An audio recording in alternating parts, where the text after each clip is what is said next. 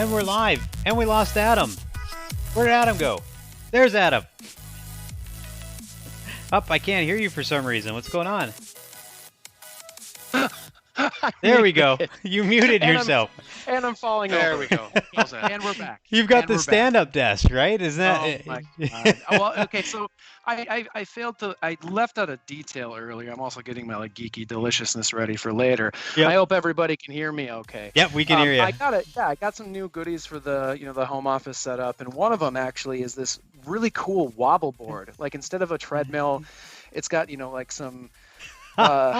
Some bumps and some different like kind of like foot massage things on there, and it's curved and it's a it's a thick piece of wood, so you can stand on it and you can wobble, you can get moving, you can you don't have to be locked into one place. Well, even though I skateboarded my whole, if you can't tell, like my whole life, every now and then I'll just trip on it and I'll just sort of fumble over, and I was just holding preview a giant Darth Vader helmet and fell over like onto the floor. Well, it reminds me, what were those in the 80s? Like there was this ball that then it was a circle around it, and you'd put your feet on it and you'd jump up and down on it. What were those called? Oh yeah. Anyone in like chat know? I've seen those before. Yeah. So is that kind of what it looks like? Like no, it's like it's a, I don't know, it's just a curved board, and I've got huge feet, so I had to find the XL version. It's Nice. just we're going. This is too much confab. This is too much detail for confab here. Oh, this is confab. This is like happy hour confab. It is. Like sadly, it's Mountain Dew though for that, right? But it's only 11 guys. I know. Welcome everyone to another edition of Confab, right? So today, what Sabrina said, an insurance claim. Workers comp. No, how does that work? I'm Workers good. comp. I'm good. We're set. Yeah, so it's been a busy week as usual. It's been a lot of fun. I will say this, guys. It's wonderful in Minnesota to actually have some warmth. We actually had rain. Yep. Spring is here. Yeah, actually, it was beautiful. Hail. The smell yesterday. Thunder, lightning, Yep. and hail. Yep. For 20 minutes, and I looked at my wife and I was like, I don't recall having like severe weather in Minnesota of this flavor this early. This has been a pretty cake winter, and it sounds like we are, it feels like we're just sort of in spring now. As I always say, March hail brings April showers, brings May flowers. Exactly. Right? It'll be nice. Yeah. It'll just be nice to get away from the. It wasn't that bad, like you said, though. It was just. It was actually a pretty tame year in terms of Minnesota and the weather with it. So it's nice to at least have the warmth come. I look forward to it every year when spring comes here. So lots and lots of fun. So Britt's like, just don't jinx us, Adam. Just don't jinx us. Well, what do you mean jinx us? If you've been living here for like more than a week, you know that we're gonna get more snow. Like there's some way, some shape. No. We're going to get disappointed. You know what's gonna happen. I do agree with him. I do agree, right? It's gonna there's gonna be some snow, and then Sky's like, the smell of spring in March is a weird thing in Minnesota. Yeah, it is. Yeah, well, so. Especially if you're out in the country, right? Yeah, you're gonna have some farmland that's gonna be doing that too. So. All right, guys. Well, thank you for joining another Stone Ridge Confab. Today is a lot of fun. Yeah, go ahead. We lost our LinkedIn video feed. I don't know if that's an issue you can see or not, but okay. Well, I will check that out while Sorry. we're going through this. Yeah, it says it's online. Yeah, I can see it. Yeah. See, that's the thing about a beta of LinkedIn. They haven't figured out streaming entirely yet, right? Yep. So.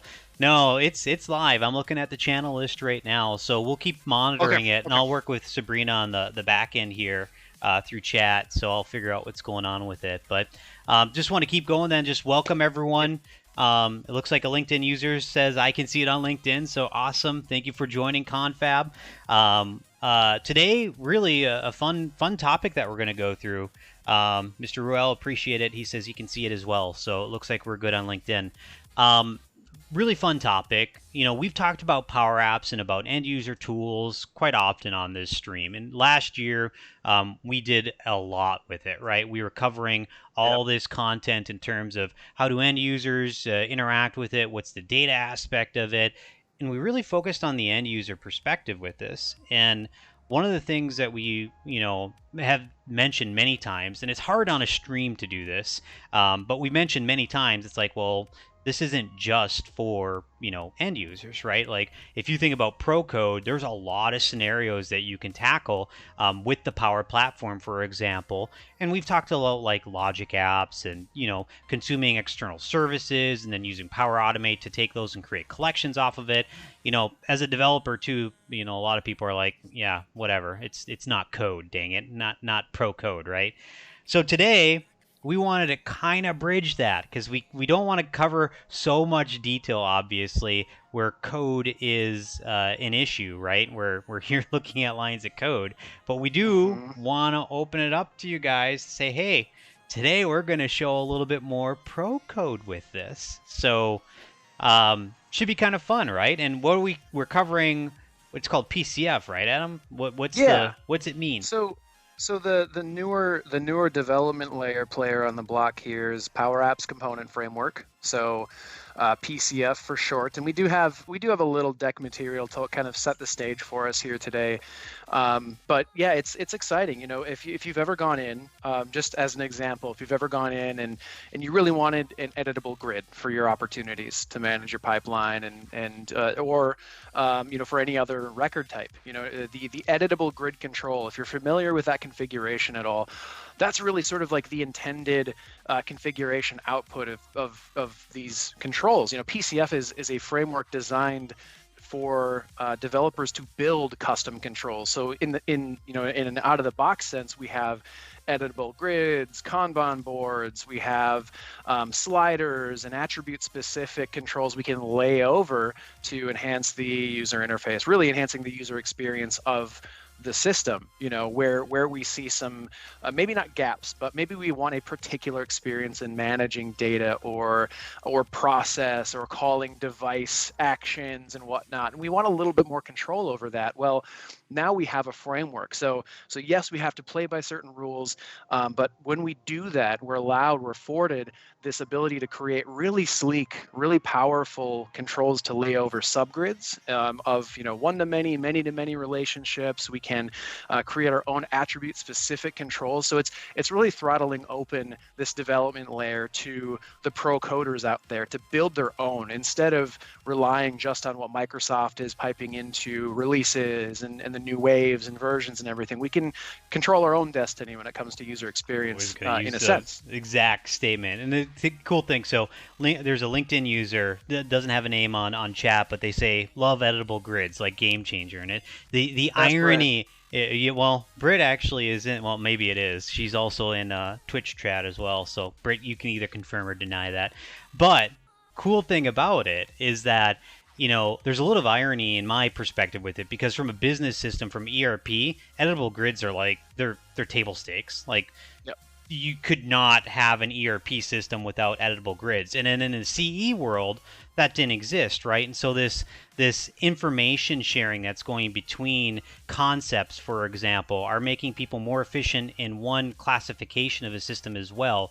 And the cool thing about PCF is the fact that as a developer, as somebody that's thinking about the future, you're not limited to you're not tackling a specific task. You're actually building a component that end users can harness and use to design their own applications. They can create you become a designer as opposed to just somebody that's writing code. And that's a really fun thing to be a part of, because I know for some people, for some developers, it might be frustrating because end users have different takes on things, but sharing those ideas across from an end user perspective to a developer perspective, just huge in my mind in terms of that cross pollination. And you nailed it, Scott. This idea of we've all sort of heard the term citizen developer and pro code, and there are a number of ways to market skill sets like that, but you do, in terms of what you're focused on and your outputs, your intended design, and really why you're coding or why you're building or why you're hands-on, you become a designer. You look at the framework, you look at what you can control, the design thinking cycles you go through. How would our end users really appreciate working with XYZ data set, or in this instance in the process, how can we make this more streamlined or accessible? Or, because accessibility is a huge piece too, just in terms of your variety of end users coming from many walks of life, so accessibility is huge too. So this breaks open a lot of different avenues to control the UI, what you see, and how users end up using the system. So that comment you made about becoming a designer, like that's big. That's true. The other thing I was thinking about is it really helps to keep your UI consistent in your environment too. So you're building out a control that you can use across the application. But more importantly, it's keeping your UI consistent, which I think is a big deal in development. Oh, absolutely. Yep. Like you've got to make it targeted for it, right? To make that really work. So, hey, Justin, welcome. He said, hello all. Welcome, Justin. Great to have you on here. So, yeah, I guess, pitter patter, we should probably get into some more let's get at her, bud. Content, right? Is that what we're going to go through here? We're not going to get taken down for that one, right?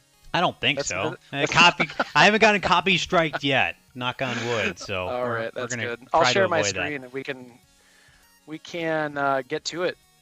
I love the show call out, by the way. Mm-hmm. All right, let me know when you can see it. I'm switching over, and it's a black screen, and there we have it. Power Apps Component Framework. Awesome. And this background stuff's highly technical. I just want everybody to know that. So what we're going to be covering today in terms of it, we just like I said before, we're going to set a stage, and this is pretty informal, so we're going to keep it pretty informal. That we have a deck, I mean, really, we're just living up to the Scott for Pierre standard. Hey, so absolutely. Come on, the standard. Come on. So starting off with what is it? We've already kind of talked about it, but I have it set in plainer terms in text on the screen, so we'll take a look. How can I use it? And this is with that next bullet down. Hey, I don't code. Can I still be in the club? Can I still use these things? Can that still be a part of, if you're a functional architect or a system administrator or somebody that, maybe from the business side got super passionate, you're a power user. Can I still use this? Is this applicable to me? So we'll break that down. I do have a lot. It's a dense material. Keep this in mind. Very dense material on that bullet point alone. In terms of I don't code, can I still use this? We'll have a lot to go through in the deck, and then we'll see the stuff in action. So, what is the PCF? What is the component framework? So, we've already kind of hit on it. It's a newer framework where we were used to iframes, web resources, embedding, embedding frames and screens that wouldn't load with the rest of the form. So you'd have your account record kind of shore up, and then it would populate, and then we'd go call services and pull things in. So it's a newer development framework that is compatible with things, with JavaScript libraries, frameworks like Angular, like React. I've seen so many really beautiful React solutions out there, not necessarily for D365, just React in general. People using that, it's pretty it's sexy known stuff. Right? Yeah, I mean, it's also known. It's awesome. There's a great community around it. Like I said, so instead of kind of waiting and having your pipeline of load, the screen load, it will load in line with everything else. They can be portable. When you're building these controls, these custom controls, package them up in ideally managed solutions. That debate is still around, I know, but we can bundle them and manage around managed solutions. So you can take them from org to org, environment to environment, app to app, solution to solution. So the last three there, really just about some of the ways we can reach. So using this layer, this development layer, to call your device camera, right? So maybe scanning a barcode, or tapping into geospatial services, or using audio controls for different things. But on top of that, hey, we're using D365 as our UI here, our system of choice, or system of record. So, I might need to call maybe the not the old school dialogues, but I might need to call. Maybe I want a specific experience for setting lookups, setting references and building those relationships, or setting those relationships in the system. And then there are external the example I have here, like Google Maps, that's a big one because we have Bing natively, but oftentimes there's a preference for Google Maps or other services, so we can call external APIs. So it's a layer, it's a newer development layer to do all of this stuff. And if I kick this forward here, there we go. In terms of how we can use it, that's setting the stage on what it's all about. And Scott's going to actually kind of go into some of the nitty gritty. We're going to set the stage and hand it off to Scott to talk through some of the finer details. But we've hit on a couple of these, but I just wanted to summarize the different ways we might look to, Scott, you mentioned being a designer. If I'm a designer, and I'm looking at all the tools in our toolbox, and I'm looking at, like micro or sub processes, account management or client onboarding. And if I have to go manage like many-to-many relationships in a grid, setting categories or tying this to other stuff in the system, we can use PCF controls to lay over a grid, to manage. And we're actually going to take a look at that today. Is managing a many-to-many relationship with different visualizations in different ways. So this is all really going to kind of come together and make sense when we get to jump into the system and see it in action, I think. But we can visualize relationships. If you've ever wanted maybe like a heat map based on relationship and based on a number of parameters and inputs visualized on a map, we can do that. If you wanted to visualize one-to-many relationships or traverse multiple relationship paths and visualize that in almost like a spider web, we can do that. We can harness the power of the relational database. We can harness the power of PCF controls, use them in tandem to visualize relationships on a form, which is really cool. That has definitely been an ask with a couple of projects over the past couple of years for us at Stone Ridge. We can call those external services. We can use things like Power Virtual Agents, right in line with a record, almost like a quick create form that comes out from the right-hand side. We can, the bottom, a lot of exclamation points here, but it's warranted, cross-app functionality. So I mentioned the portability. We can bundle these up in solutions. We can bring them to new environments. We can use them in multiple environments. And now, as Scott's going to show us in a little bit, we have it's not GA. It's technically still in preview, I think, but we have the PCF. We have PCF for Canvas apps. So it's not relegated just to model-driven the apps that we're building, but also Canvas apps, which is really exciting. And this is the dense part. I mentioned it before, but this next piece, I don't code. Can I still be in the circle of trust, Greg? Can I still be in that club? Sorry, I just that entire movie just came back to me. Came back to me. We're not going to quote it because we all know. Yeah, exactly. Right. That will get us in trouble. So I don't know if you caught this is the meat and potatoes, guys. Boom. That's it. Yeah, you can. Yeah. So whether you're a functional architect, you're, much like I would say myself, I guess I go down some technical paths every now and then, and when I geek out and go down rabbit holes for sure. But I come from my career trajectory so far has definitely been more functional. So yeah, I mean it's easy enough to to go and there's a whole resource we're going to check out here in a second called PCF Gallery. Just like the rest of the Power Platform, though, there are so many resources available online to help you through this. Great examples. I think Microsoft has, and it's not typical of Microsoft, but I think they've done a great job with documentation around this. Oh, huge. Yeah. Yep. And a lot of innovators, thought leaders in the community. So yeah, absolutely. So we can now go see things in action. So I will, what we're going to do is kind of hand off to Scott. Scott's going to go through a few items here, jump into the nitty gritty like we mentioned. When we bring it back, we'll see how this kind of looks and feels in a model driven app that I have whipped up. So we've got a lot of great pieces. So Scott, do you want to? Yeah, absolutely. So while I'm going through this, if you guys have questions, put them in chat and we'll interrupt and kind of address them as we go through it. I guess one of the bigger things that I really like about the concept that you kind of showed there, Adam, is the fact that if you think about beyond just the application, right? Because that's where so many people are stuck right now in business systems. Like I'm talking to people constantly about how ERP is not the same as what ERP was in the past. And a lot of people that are older ERP, they're like, yeah, right, it's the same. It's like, well, it really isn't. Like you can do so many different things now with different apps And the way you model and design an application moving forward here, you need to be thinking about more as a pro coder than just developing in AX or developing in finance in X++, right? You want to, basically harmonize. You want to make sure that when you're creating something that you're not reworking it in multiple areas as you do this as well, right? So Yep. that's a concept that's pretty important here, and I just want to highlight that as we go into this portion of the presentation. Now, I am telling you, we're dealing with code here for a little bit.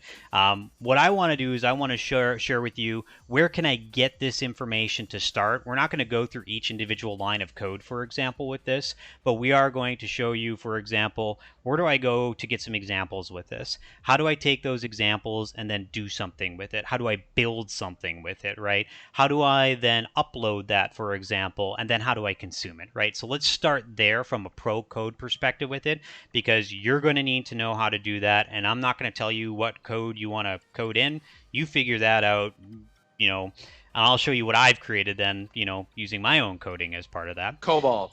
COBOL. You want to use COBOL? COBOL.net. I'm pretty sure there's probably something like that out there. Chat, if you find that, send me a link. I would love to code in it.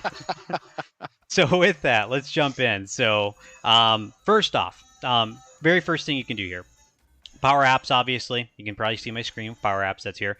Gentlemen, I'm going to actually share my screen for you too, so you can see what I'm sharing. As you can see everyone here, let's share my screen. Let's go ahead and go to my plug and play monitor right there. There it is. You guys see yourself. Now you see Power Apps. You guys see it now too? Good. Awesome. The power of technology. Look at this. This is awesome. Okay. It's not like we were screaming at technology 15 minutes before. Why is the internet not working? It's a friend now. Yeah. Hey, Nate, hopefully you're getting that Teams ready for me. Carl's got some. Yep, I was right. Carl, thank you so much. COBOL4.net. That's awesome. Okay. Of course, Carl will go find Yeah, that. exactly. Carl's like, I got to get it. That's awesome. Okay, so first off, very first place you want to start, more than likely, Power App samples. So I put the site up on here so you can see it. Basically, GitHub, Microsoft /Power Apps -samples. This is a great area just to start for like understanding PCF controls and how to actually create them. It's not an end user repository, so to speak. It's more about giving you examples through code that you can then use and extend and change and really understand how to interact with it. And the big thing here is this component framework, as you can see. When I click on this component framework, these are all the examples that Microsoft has created for PCF that really just help you define that structure and really how you interact with it. Now, there's a couple of other tools that you're going to want to have as well through this process. One is obviously Visual Studio 2019. So I actually use Visual Studio Code, but in order to create some of the project files that you're going to interact with, just download the community edition of Visual Studio 2019 and install it. It'll allow you then to be able to have this developer command console, because there's certain actions that just make it easier for you to create it using that. A lot of the documentation that's out there that Microsoft has created as well operates under this. There is technically a way to do it with Visual Studio Code to create your project files. Like I said, it's so much easier to reuse what's out there and go through the process using the developer command prompt for Visual Studio. So make sure you have that. The other one is also going to be Visual Studio Code, right? So that's what you actually go ahead and then do your coding in. And I'm going to show you how to create basically the project and then how you would open it then in Visual Studio Code to do that. So after you download this, so what you'll do is you'll go to your Power App samples and you'll actually go ahead, go to code, and you'll download the zip file right here. What you'll do is you'll extract it, right? And I've got my demo environment right here, and you can see I've got my Power App samples master that I have in here, and I extracted then all the content that was related to it. And so in my content here, you can see I've got my component framework. It's basically just reflecting what was in Git. So you guys are developers, I'm assuming, or anyone that's getting deep in here, this is pretty self-explanatory. These are the individual project files now that you typically interact with. And what we want to do is we want to basically reference these, or maybe even change code inside of them to attack or to address a specific set of functionality. So like a data set grid, for example, that's inside of here. If I click into here and then I go into the details with it, you can see I've got some files that are in here. And there's some documentation on the structure of these files that you can use. But you can do things like you can open up Visual Studio Code, for example. Go ahead and open up one of them. I'm actually going to open one that I have been working on, which is my iframe control that I created. And then from inside of here, you can see basically your source then for that. As I go into here, here's my source that I have. And then this is where you're writing your code, right? So the structure of this, just so you know, is that typically inside of each of these directories, there's certain files that interact then with what you want to do within PCF. So usually your index.ts is actually defining your inputs and outputs in the code that you typically use then to drive what you want the interaction to be.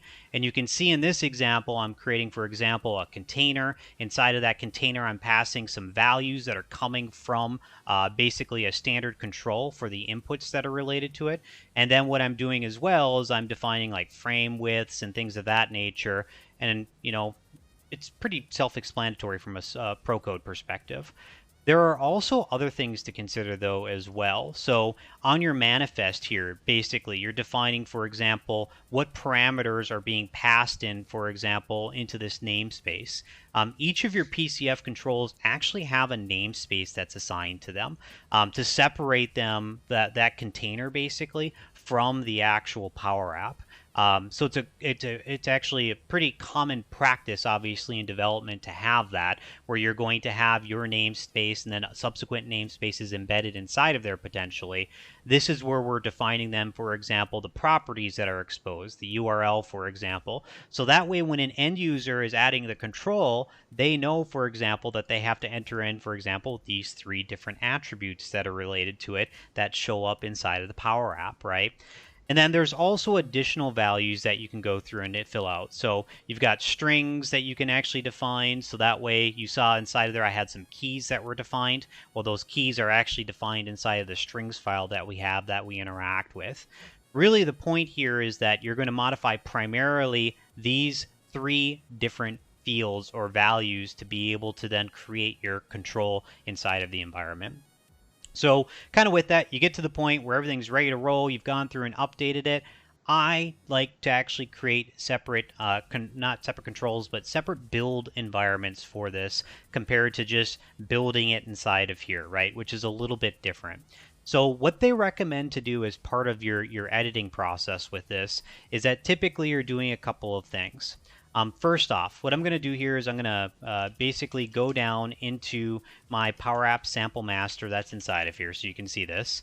I'm going to go into my component framework, and let's pick on actually the dataset grid. So I haven't tested this before. We'll see on confab if this works, right?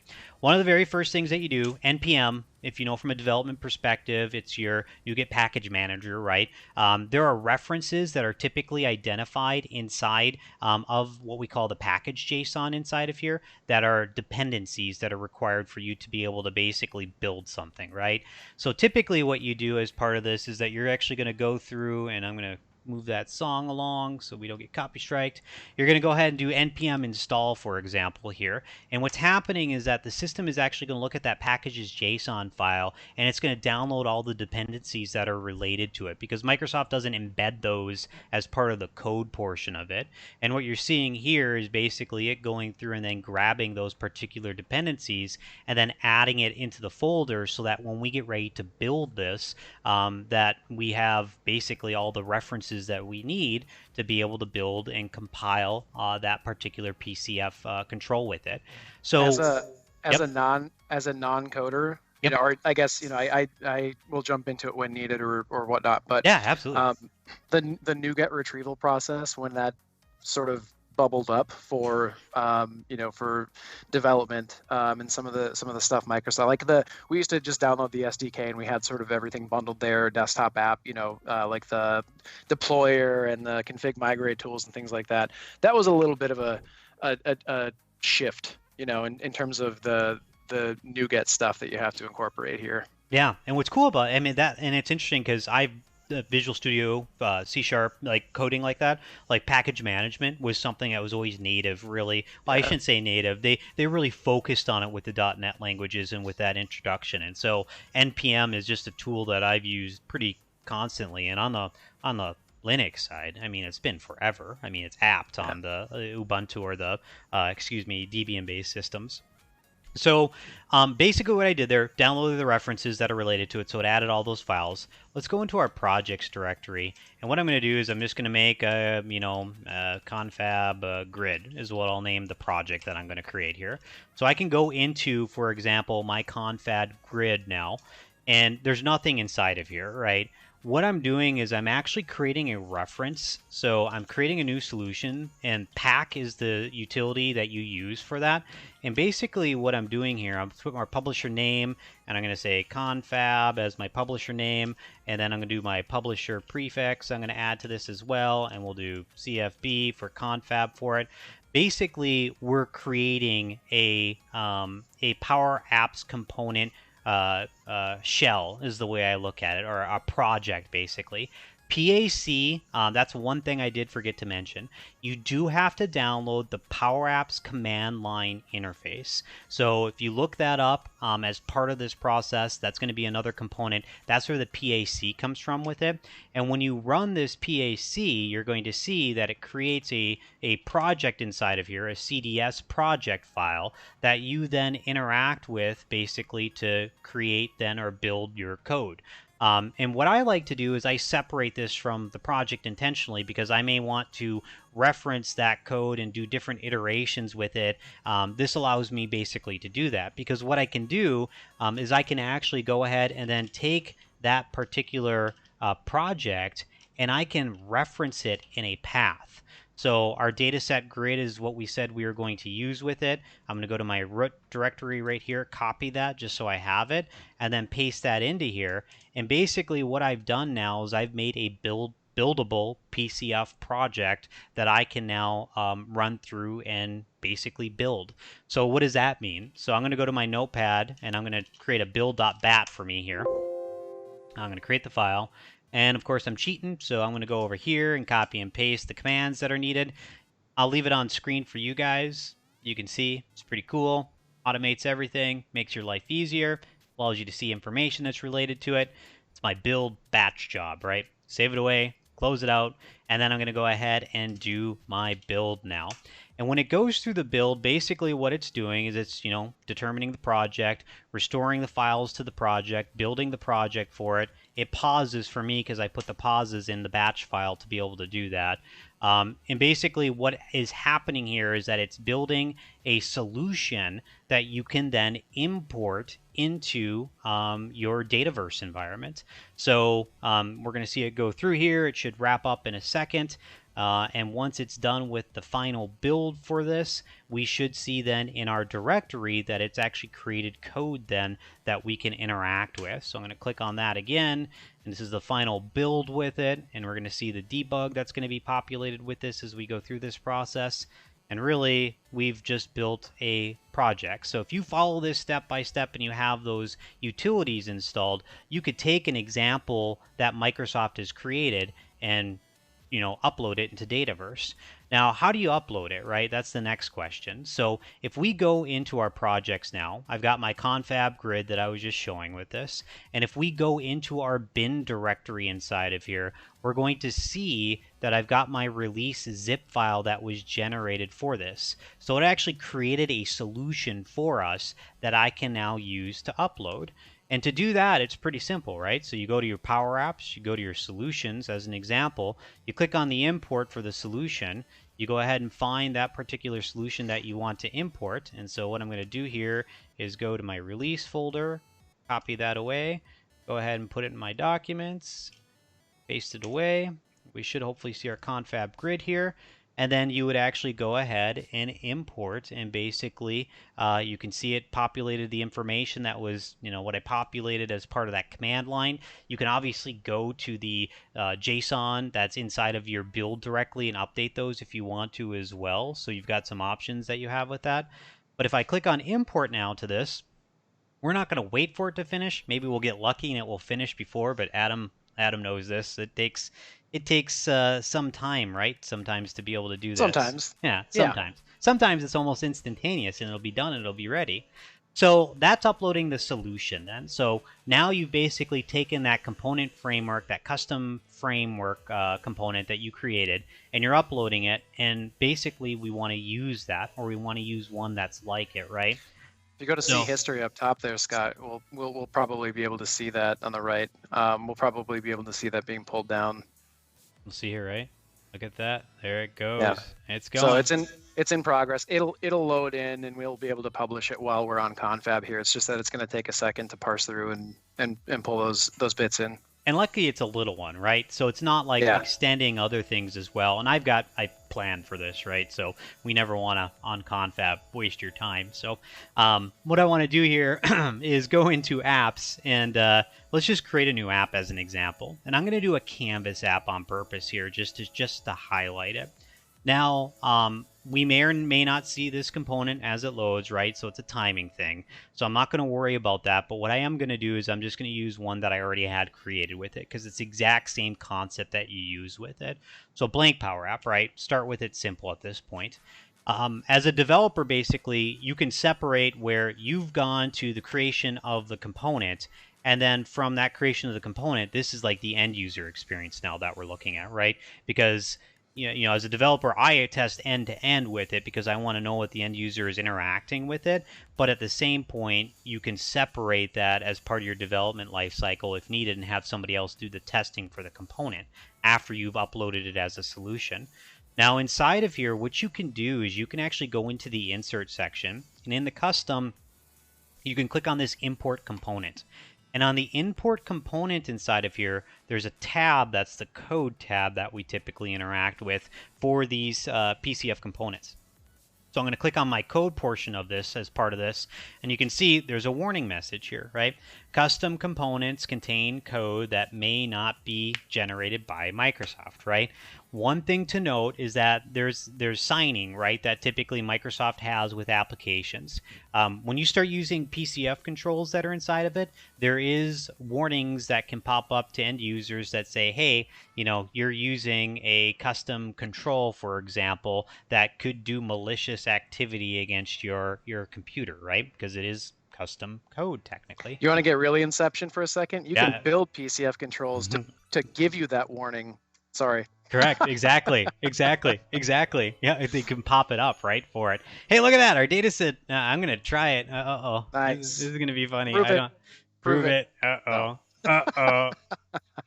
Data grid content here. So there we have it. It's like, well, where did it go? It didn't add to it, right? Well, here, what I can do inside of my area now, my plus area, on my code components. Just throw in a gallery, or is it just a self-contained control right there? Yeah, it is. Yep. So look at that. Let's see here then. So that's kind of cool.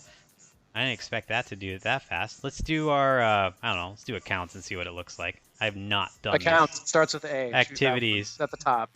Let's see what happens here. Look at that. Nice. Isn't that a cool grid view? I have not tested this, so I'm pleasantly surprised by this, which is awesome. So look at that. I think we're batting at least 750 on fresh prove it moments on confab. I don't know if Dave or anybody else is keeping track, but we're doing we're batting well. How's it go? We're playing with fire. That's the way I look at it, right? So we're playing with fire. So, hey, but here's the thing then. So now all of a sudden I've got my grid control that's inside of here, and you can see it's different than what we've seen classically in the past, right? So now we have a control that aligns to what I as a developer created to do that. And I can take this even further than that. So we just showed the concept in real life here, without getting into the nitty-gritty of the control code, right? Because I don't think this is the right avenue for that. There's a lot of cool things that you can do with it. And just to highlight that, let's look at the one I made. One of the things I had a frustration with Canvas apps, candidly, Microsoft, I want to pause one sec, Scott. On this specifically, like this might look familiar to people. We see this in finance supply chain, like the tiles, right? The widgets and everything. Just to keep in infusing this conversation with, you know, some of the pieces we might be familiar with. You know, we see those data points. You know, it's calling certain parameters and referencing certain attributes from the, you used the account table here, right? Yep, exactly. So yeah, so like you can see Scott is configuring the attributes that are exposed. So this is the level of control that we have. You know, it's taking data and it's taking this framework as really the front end development mechanism to expose this data, and we have this level of control with it, which is really, really cool. You know, this is powerful. I really wanted to drive home this idea of it being a powerful framework, a powerful tool to expose data, to work with data, manage, streamline, access, etc. So, you know, it's not just we're in lockstep like we would be in normal development and design of forms, screens, views, etc. You know, this is deep layering. This is we have a certain level of control that we do not in other areas when it comes to you know, what we expose and how we work with it and how it forms up. Yeah, and we can go even further. This is the cool thing about this. So I want to close this out without saving it. One of them I created a while ago. As you can see, it's 3 months now. This is where my frustration was, why don't I have an iframe control inside of Power Apps Canvas apps? Like, why can't I embed an iframe that I can reference and manipulate, for example, URL for it? So hopefully we get an iframe control. But so what I did, yeah, see, there it is. This app may contain unsafe code, right? So go ahead and open the app. But the point here is that I actually designed then an iframe control for it. And that custom control right here basically is the iframe control. And in my iframe control, remember I was kind of showing this in the code that we were looking at for it.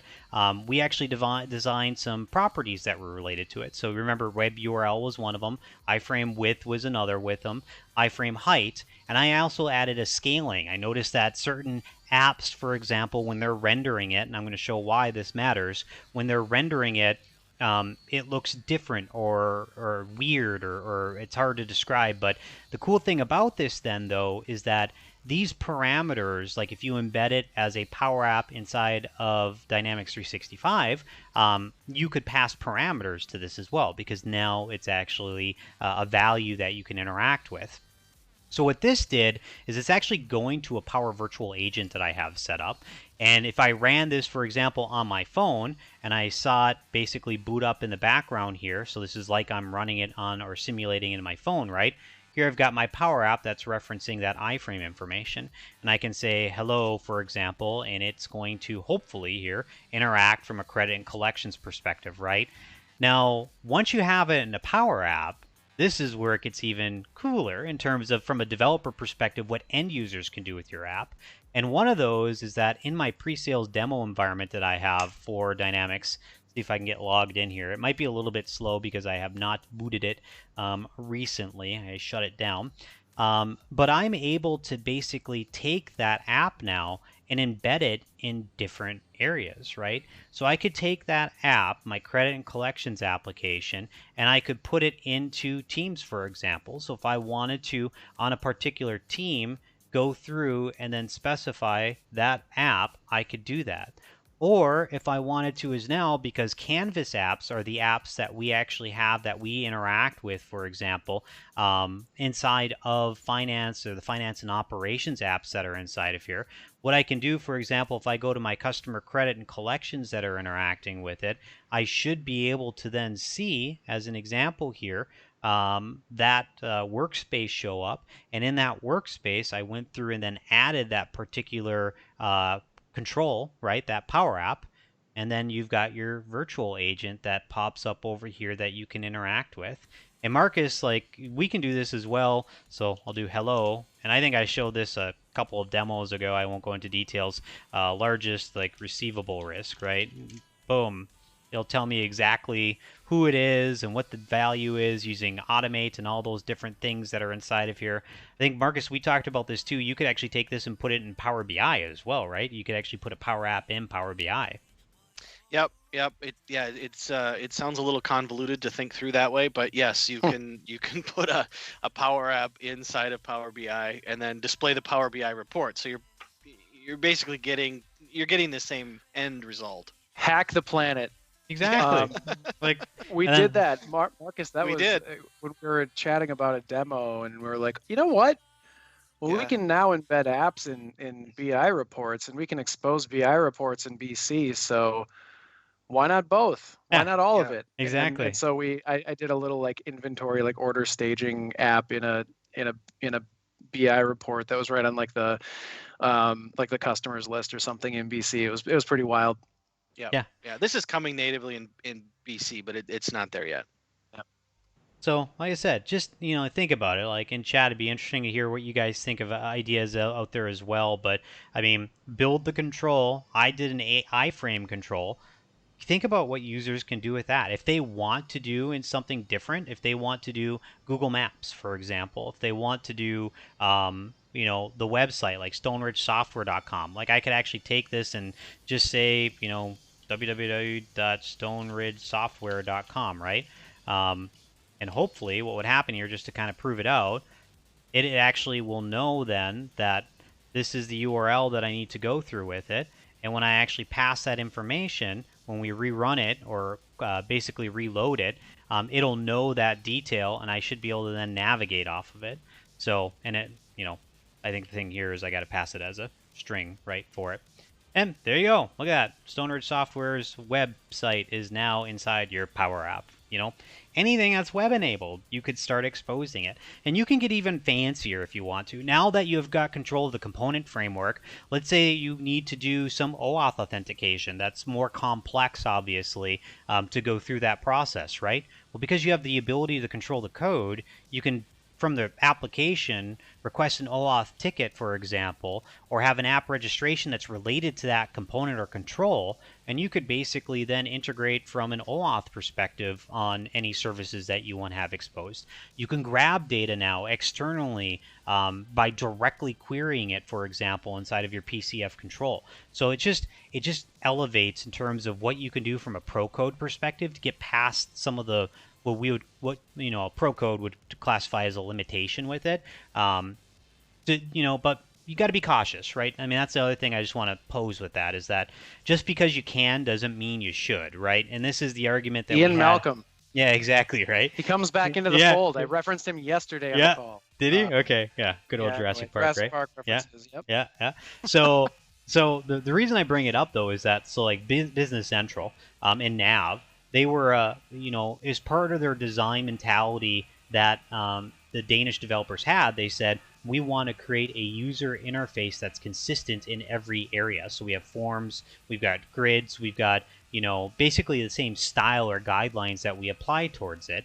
And that made it easier to adopt. The moment you start going crazy and being like, well, an end user is not smart enough to understand the interface that, the entire application uses, you got to rethink that mentality a little bit. Like there's spot examples where I would agree with that, but you got to be really cautious with that, because then it becomes a global thing where you change everything in the application, and that is a support nightmare. Trust me, we've gone down that path with some of our decisions, and it's not a fun thing to tackle. So, yep.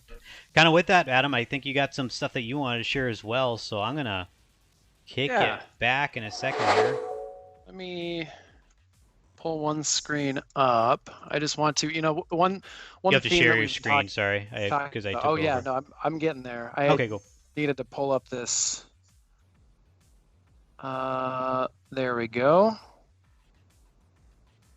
One thing that we've been talking about is community, right? We've so many thought leaders and so many passionate people that have been, regardless of whether they're coming from the CRM camps or Nav AX, CRM, ERP, everything's coming together. Architectures are coming together. Design is coming together. Some of the pieces Scott just mentioned, we're seeing uniformity, the bumpers, right? Like the heuristics, the logic, the guide, how we develop these front ends. And a lot of people you can go to, and I just posted about this on LinkedIn. So if you saw that, the link is included there, PCF Gallery. This is just a fantastic resource for community, developers, people that are jumping in, people that have been, well seasoned, just dipping their toe into PCF development. This is a really fantastic resource that you can grab. You go to Git, you grab the solution files. There might be for some of them a little bit more jockeying to get that import ready, but for some of them they're ready to go. You import them, you deploy them, and you're good. So one thing I wanted to call out is the people that are doing this work are, there are thought leaders, there are people that are experimenting, there is a scale. So just like Scott mentioned earlier, take it with maybe not a grain of salt, but, understand that this isn't Microsoft first party development here. These are community members that are innovating and designing, and some of it feels a little bit more experimental. Some of it is very, very fleshed out and tight. So just know that you will be going through a spectrum there. But man, there are some really, really cool tools here. You can go under categories here, and one of the things that I was really interested in is working with relationships. So either visualizing relationships or our use case today is working with many-to-many grids. So you have all of these different.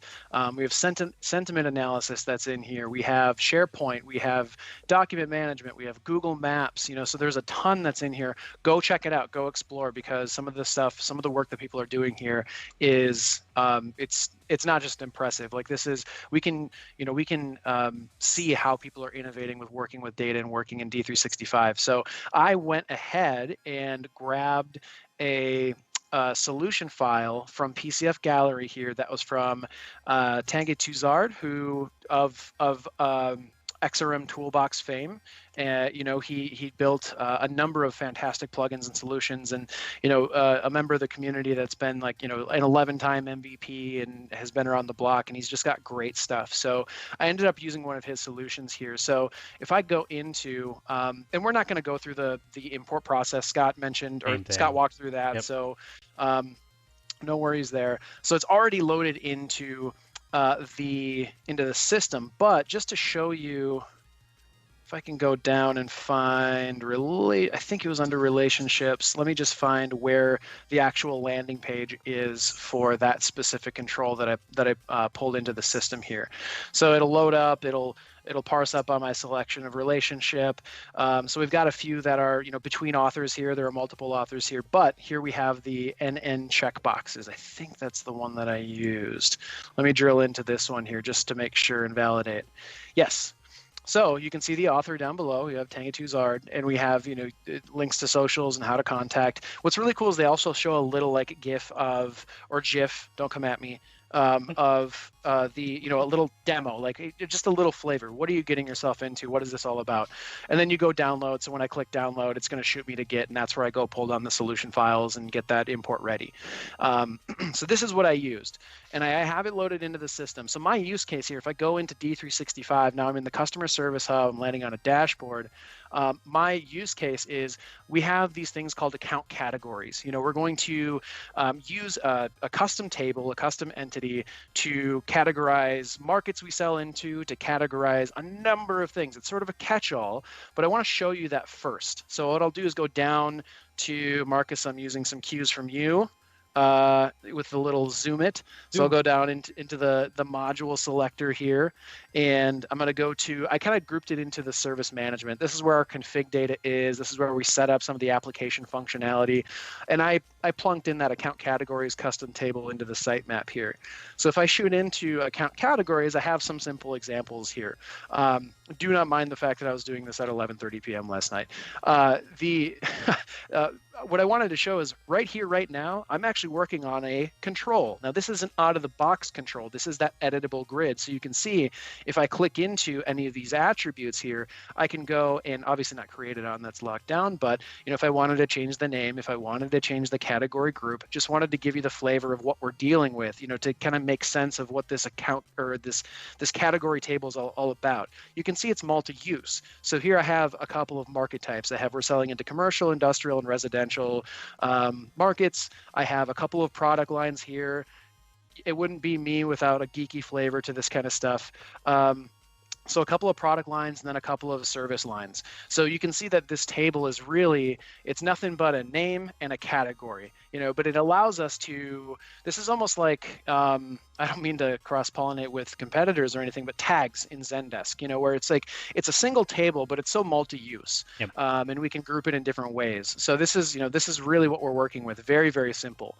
But I can see related accounts here, so this is the many-to-many. This is the other side of the tunnel where I get to see which accounts this is related to, and on the account side I can see which categories that's related to. So what we'll do is, again, going back down to the bottom, we're going to flip back over to the main service module, and then I'll go to my list of accounts on the left hand side. So we're going to move away from the dashboards, take a look at our account, and I'll pop into AdventureWorks floating right at the top here. And when I go in, I added a new tab to the form for account categories. And in this tab, I side-by-sided the traditional many-to-many grid. So we'll see that on the right-hand side. And that's probably what a lot of us are very familiar with, is working with that user experience.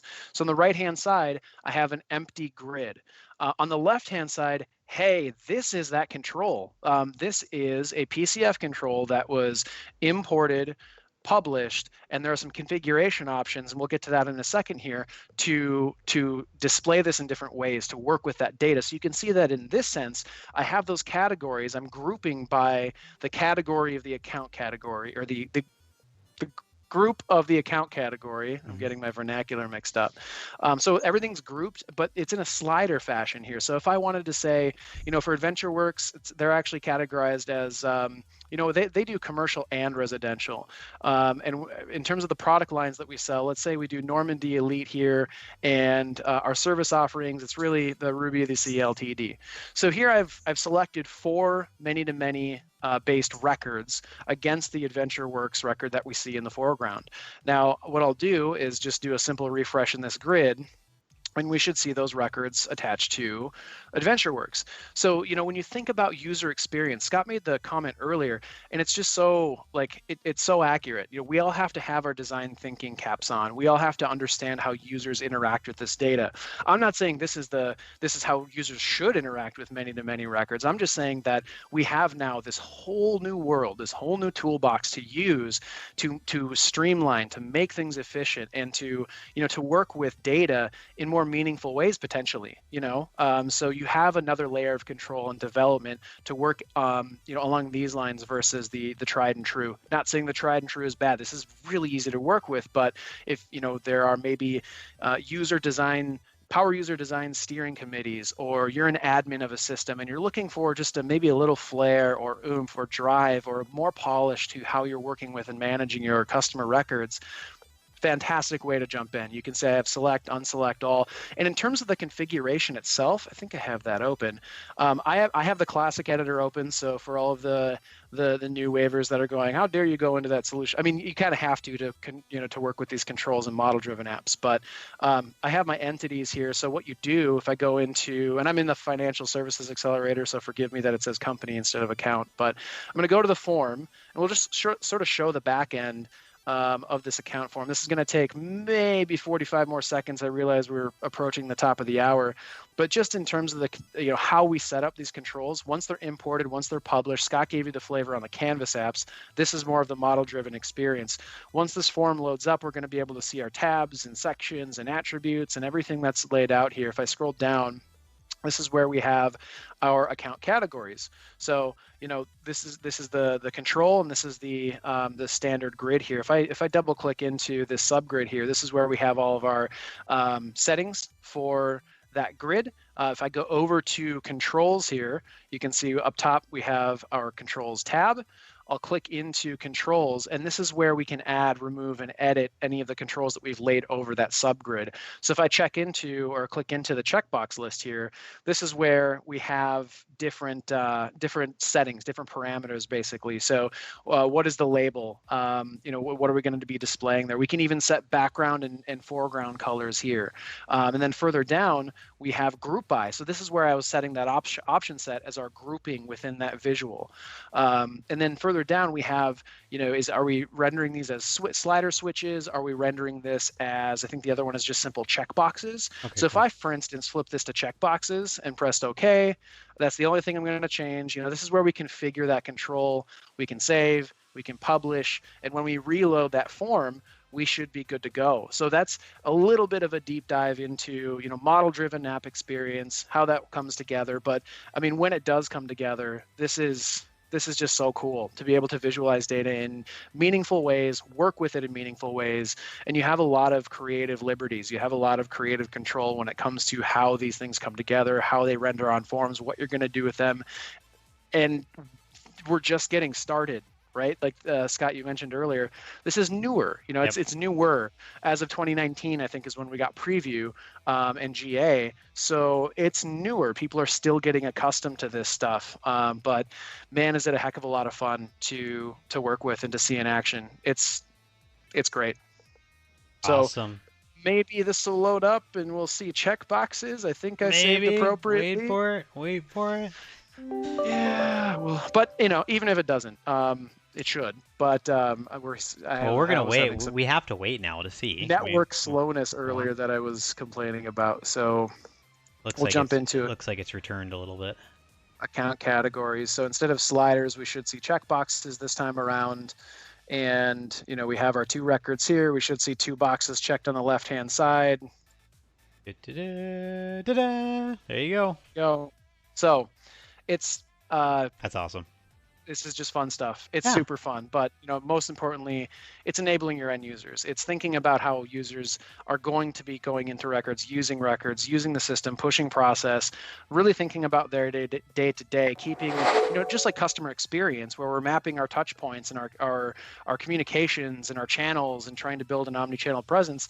We should look at our employees and our users too. Give that same level of care and attention to how people are using your systems. That's only going to boost adoption. That'll only drive more system use. You're only going to get a bigger, better presence within your business systems. Yeah, and you don't have to customize the system, right? I mean, you're really making a control that is designed for end users for that consumption basis instead of writing X++. Like, why? It's really hard for me to justify in some ways now. Like when I look at whenever I do something in a demonstration, for example, for finance and operations apps, I'm creating a Power App and I can pass parameters to that Power App. Like I did a map visualization just recently, and the customer's like, we want to have the ability to see a map inside of a sales order. And so, of course, one way to do it would be I could have actually gone into X++, I could have done code, I could have done an iframe inside of X++. I made a Power App, and in that Power App, I made a parameter where it passes the sales order ID. And when I opened up the sales order and then I clicked on the Fast tab, it showed the map, and I was able to interact with the map and do all the stuff I wanted to. I could even get to a point where I could press buttons on the map, and it would go update the sales order because I have the sales order ID and I use the entity framework basically to go through and do that. So, like I said, you just gotta start thinking a little bit outside of the box in terms of don't use the tool that you're most comfortable with all the time to address it. Use the tool that you can use in many areas is the way I look at it now, where you can create that control, put it inside of a model-driven app, put it inside of a canvas-driven app, put it inside of Dynamics, put it on an app that you can use, because you don't want to recode all this, because then you can get into components and all these other things that you can do with it as well, and it just makes it so much easier to allow end users to kind of control their own destiny as well. So Adam, that was awesome. Thank you so much. That was a lot of fun to go through and see. So hopefully everyone enjoyed the content. I mean, like I said, today was a little bit deeper in terms of the technical aspect that we were covering. We didn't go through, obviously, step by step on how to create a control, but you've got the information now that you can use to either add it from a model-driven capability, like you can download those samples and then install them, or also from the canvas-driven perspective as well. So I guess the big thing here is that go create, go experiment with it. This is something that we're looking at using more often, and as it becomes generally available, I would expect much more focus from our team as well around it as we go into this. So, and another huge, I would be remiss, another huge shout out to PCF Gallery and the community. Like, it's just really amazing to see what you folks are whipping up and what we're all, how we're seeing this evolve in terms of design thinking, actual front end design, tapping into our traditional ERP or CRM, like Scott, you're saying, breaking away from more of the bias and comfort zones and seeing how we can innovate. Yep. Awesome. So before we leave, 2 housekeeping items. First is for 2 weeks from now, so everyone knows what we're going to be covering. We actually have a guest speaker, which is going to be pretty dang exciting. Eric Newell, the CEO and founder of Stone Ridge, is going to be on with us on March 25th. To go through the 4 keys of choosing the best ERP or CRM solution. So a little bit of a departure from the development perspective. Eric did a fantastic webinar on this. I think there were 4 different sessions. And really, we're just going to have a great conversation with it. So if you've got questions around that, if you know people, for example, that are looking at choosing the best ERP or CRM solution, instead of having a sales pitch, come over and sit and chat and bug us with it and ask questions. We would love to be able to give our perspective. And Eric really just wants to have a candid conversation with all of you. So feel free to join for that.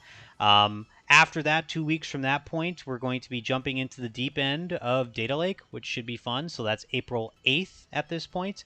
And then April 22nd, we have moving from manual to automated with strategic automation strategies. So that was going to be a fun one that we'll be posting. RPA? Is it too automation? Automation. All right, cool. Automation. So Power Automate desktop and some RPA capabilities. And, you name it. A lot of goodies there. Exactly. So should be fun to go through. Yep. And Geeky, I think the last was Geeky Delicious.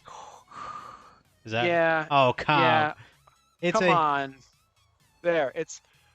I'm just gonna kill my background because this is. It's worth it. It's worth every second of it. Look at that. It's too much. It's too much. There we go. Did you? I'll cover the rest of my apartment over here. Did you? Yeah. Full size Vady helmet, man. That's awesome. And, wife got this for me for Christmas, and let's see if. Does it fit? Yeah. I can hear it barely. Nice. Yeah, it fits. It fits my big old noggin. Yeah, why not? Do you have actually a suit for it as well? Not yet. Next? Not yet. That'd be awesome. That'd be awesome. Yeah. All right, guys. Well, thank you again for joining. We'll see you in 2 weeks, and until then, hopefully we hear something by the next 2 weeks where you've created some PCF controls and you can brag about it. So hopefully we'll talk to you then. All right, guys. Have a good one. Thanks, everyone.